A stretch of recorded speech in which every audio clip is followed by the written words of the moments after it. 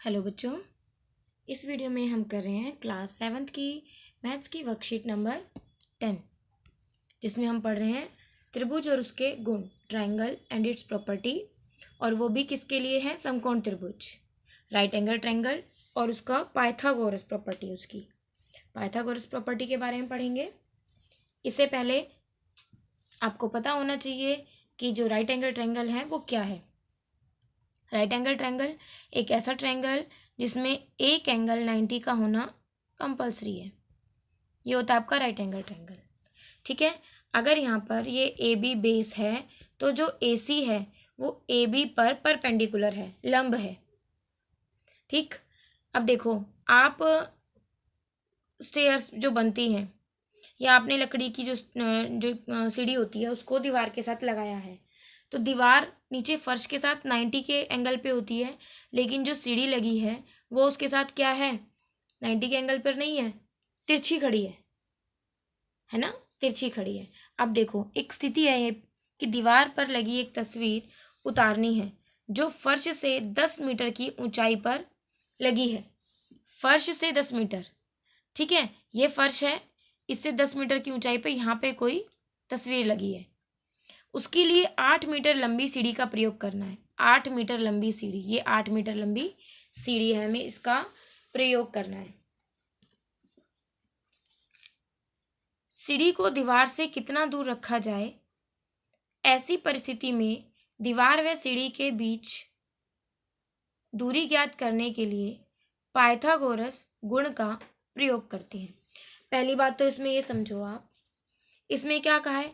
10 metre की तो ऊंचाई पे वो लगी हुई है और आप उसकी 10 मीटर की ऊंचाई को 8 मीटर की लैडर से आप उतार ही नहीं पाएंगे, क्योंकि अगर आप उसको सीधा खड़ा करेंगे तो भी वो यहीं तक रह जाएगी।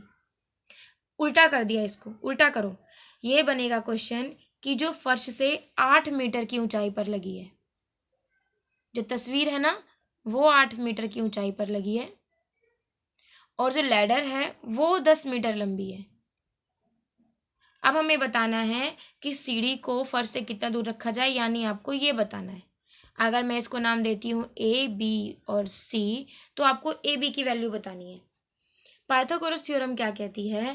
पाइथागोरस थ्योरम के अनुसार, देखो पहले समझेंगे कि ईसा से 6ठी शताब्दी पूर्व एक यूनानी दार्शनिक पाइथागोरस ने समकोण त्रिभुज से संबंधित पाइथागोरस गुण की जानकारी दी। समकोण त्रिभुज में समकोण के सामने की भुजा को कर्ण कहते हैं। जो हमने यहाँ पे लैडर की पोजीशन ली है ना, लैडर को कहा जाएगा कर्ण। ठीक है, ये 90 डिग्री का एंगल हो गया। 90 डिग्री के एंगल के सामने जो भुजा आती है उसे कहा जाता है कर्ण।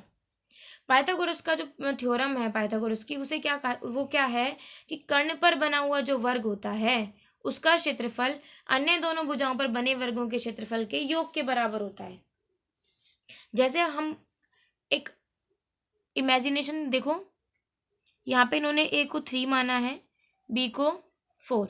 अब अगर हम 3 पे वर्ग बनाए 3/3 का, तो 3 × 3 इसका एरिया निकलेगा 9, 4 × 4 इसका एरिया निकलेगा 16। ठीक है, अब यहाँ पे कितनी है? 5, तो 5 × 5 कितना हो गया? 25। 16 और 9 25 हो गया। तो क्या कहा जाता है कि जो पाइथागोरस थ्योरम है वो क्या कहती है कि जो कर्ण का स्क्वायर है इज इक्वल टू होता है आधार का स्क्वायर प्लस, ये आधार हो गया ना, ये हो गया लंब, प्लस लंब का स्क्वायर। किसके इक्वल होते हैं? ये कर्ण के स्क्वायर के। तो वही काम आपको इस ऊपर वाले क्वेश्चन में करना है।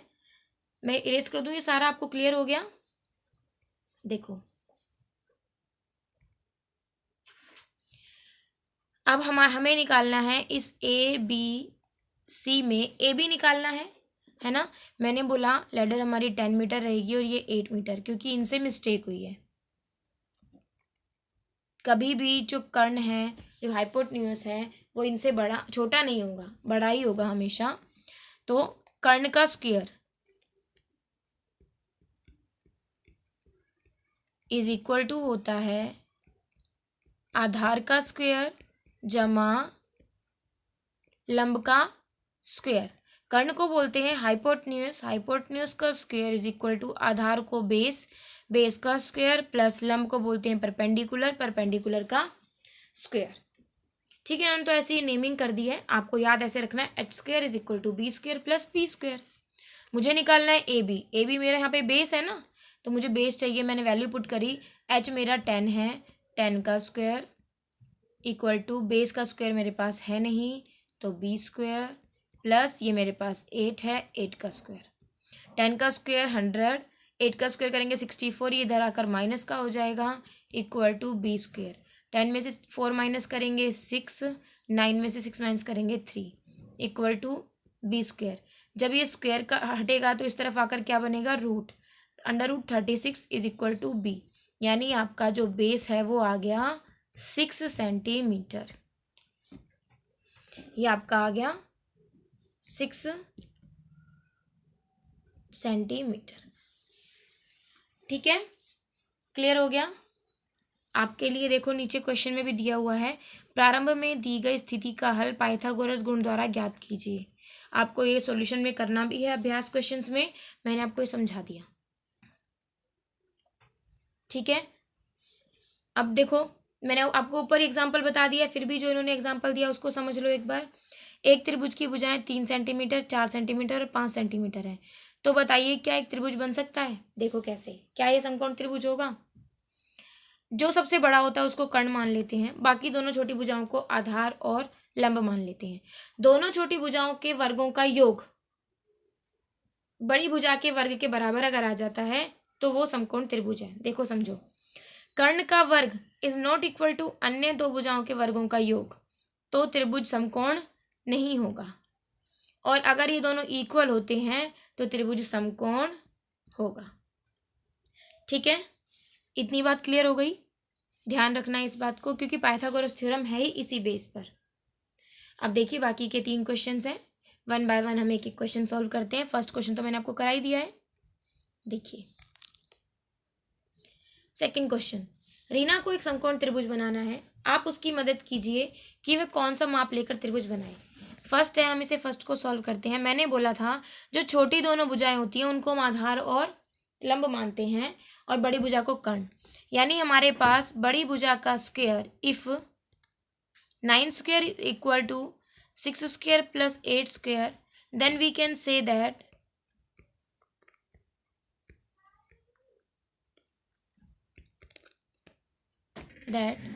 given numbers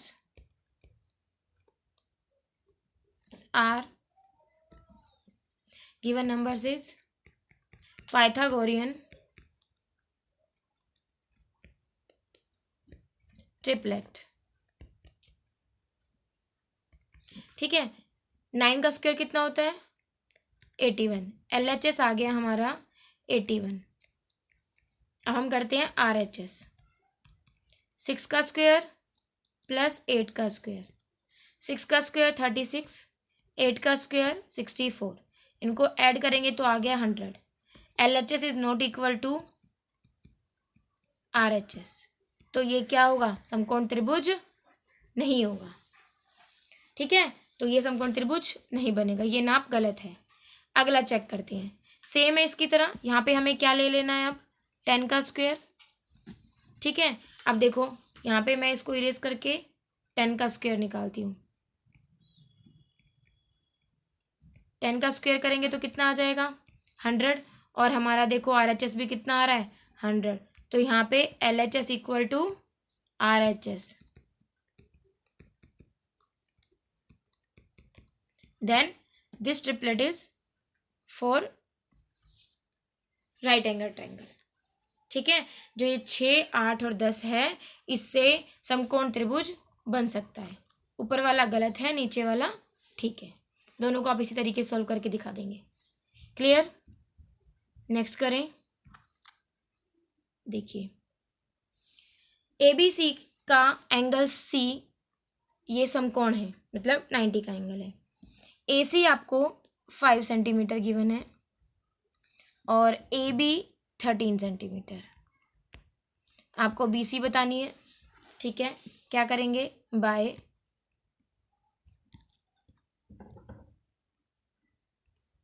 Pythagoras theorem. ठीक है, AB का स्क्वायर इक्वल टू AC का स्क्वायर प्लस BC का स्क्वायर। ये है 13 स्क्वायर, AC है 5 का स्क्वायर और BC तो हमें पता ही नहीं है।